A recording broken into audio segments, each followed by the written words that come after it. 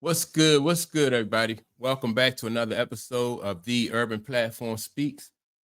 Make sure to like and subscribe as you come into the channel and check out the content. And with that being said, man, I want to speak on this series between the Clippers and the Nuggets, right? And a lot of people believe that the Nuggets could be in trouble. Right now, the Clippers lead the series 2-1. And so what I think is the difference or what's going to happen in this series, depending on like if there are no injuries or anything. Like if Kawhi can stay healthy, I think the Nuggets are in trouble. Um Kawhi is looking like, he's looking like his old self again. He's looking like himself when he was in Toronto, before he got hurt. And that's a scary sight. It's a scary sight, especially for Denver, because in my opinion, Denver really don't have anybody who can match up with Kawhi and slow him down on the offensive end. And that's not really a knock against Denver, right? Because most teams in the NBA don't have anybody who can slow Kawhi down and knock him off his game, especially when Kawhi is in good health and he is he's at full strength. So that's not a knock on Denver, right? And so now the thing about Denver though is they look like they're kind of a step slower, like they're getting old, like Jamal Murray. Murray have been he's been nicked up and he's been having some probably some minor injuries and stuff like that. So he looks like he's a little bit slower. The Joker has never really been, big on defense. So, and that's where I think the difference is going to be. I think because Kawhi Leonard, your best ball player for the Clippers, is a two-way ball player, and he'll score at one end and then come down and lock somebody down at the other end.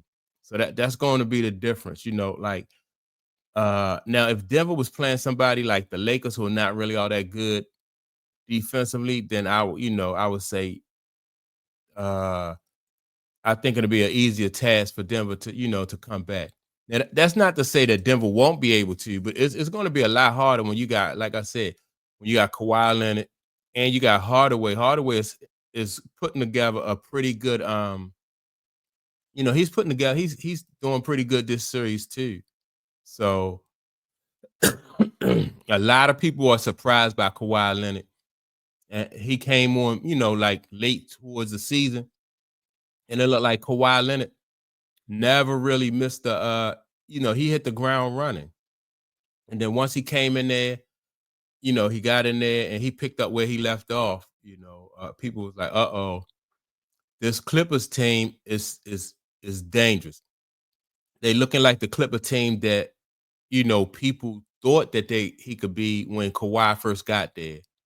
And yeah, man, I just think that Kawhi, the way he's playing, is going to be dangerous. Now I was picking the Warriors to come out of the West, because I think all of these older teams like the Warriors, the Clippers, and the Lakers, I think these older teams are going to, because of their experience, I think they're going to be able to get past like Minnesota. Even OKC, I think, is vulnerable to one of these older teams, and not because, and the reason why I think these younger teams are vulnerable is because right now it don't seem like OKC is ready. Like they are battle tested enough to get past the Clippers, get past Golden State, and we'll see about the Lakers. Like I'm not knocking the Lakers. It's just that with the Lakers, they don't play defense, and so now the last game, I think LeBron James did a better job on defense because that's where of most of his focus was. Most of his focus and most of his energy was spent on defense. So, the Lakers, won that game because they focus on defense. At the offensive end what you're gonna get from Luca, right? And so with Luca not having to really focus too much or go all out on defense, and LeBron is playing defense, then I think the Lakers ain't really missed nothing. So that right there, that strategy, if LeBron is let Luca do his thing at one end, and then LeBron just play defense, that's something right there can really can really make the Lakers a tough out. So that's why I'm picking like one of these older teams, like I said, the Clippers, the Warriors, and the Lakers to get past these younger teams, OKC, um, Minnesota, and Minnesota, in my opinion, they kind of play up and down, like they inconsistent. And so with you having a star like Anthony Edwards, I'm surprised that they're consistent. It would seem like a young star like Anthony Edwards would want to come out and just play hard at every game, both ends hard at every game, especially and he's been in the league long enough to know that like he should be really like on the hunt. He should be really like going all out, leaving everything on the floor, you know, um, in these playoffs. And so that's why I'm not really picking Minnesota to do anything because, like I said, they're inconsistent. Um, Houston is one team that I didn't really speak about, and with Houston, I don't think they're ready either. I think that Houston can. They play very good defense, but at the offensive end, Houston can be very inconsistent. Like the first game of the series, the Houston first game Houston played in the series against Golden State. They didn't really what's the guy name? Jalen Green really didn't show up big that game. Then the second game they showed up big, and I think he had like 30 something. Jalen Green had like 30 something points. So okay, but if they're gonna be inconsistent like that, it's gonna be tough for them to get out of the West. So that's why, like I said, these younger teams, and of the younger squads, the one I think that's closest to being ready to challenging for a championship and getting out of there is OKC.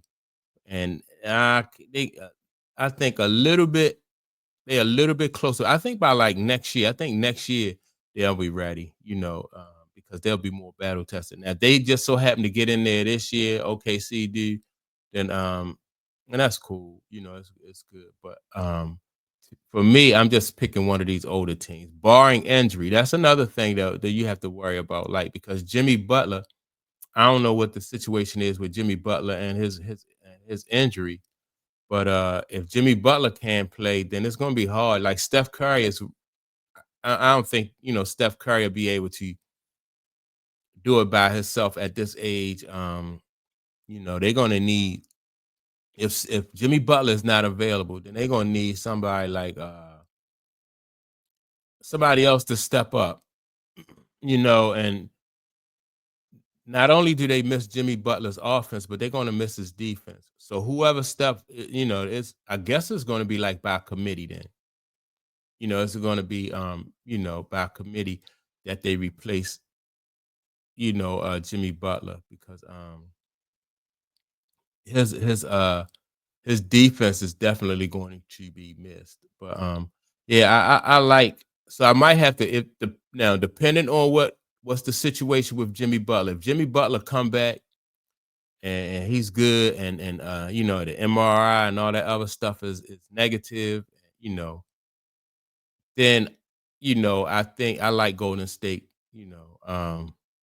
Now if Golden State, if Jimmy Butler is not healthy and he can't push and he can't go, then I'm gonna have to go with the second best, my second choice, and that's Kawhi Leonard, man. I just to watch Kawhi Leonard and he doing it at all three levels.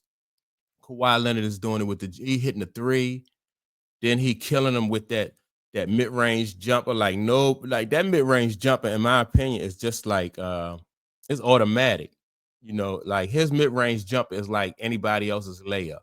It's automatic. So with him hitting that mid-range jumper, and see that mid-range jumper, they're never out of the game. You know what I mean? Like if as long as he can keep it close with that mid-range, and then if somebody like Harden or somebody else on their team get on a hot streak and they be able to go on a run, that's what make this team so dangerous. You know, like I said, their experience, um, because Kawhi Leonard has been there before. He's done it before, so he know.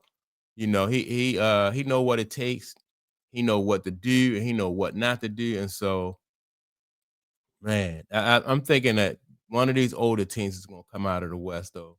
And so yeah, Denver might be in trouble. Only and I know Denver is an older team too, but Denver just look so slow. They don't look. They're not the defensive team that they was. Like when they a couple years ago. So that's my take. I think I like the Clippers now. If Golden State is unable to get Jimmy Butler back, then I like the Clippers. But yeah, that's my take. Make sure to like and subscribe.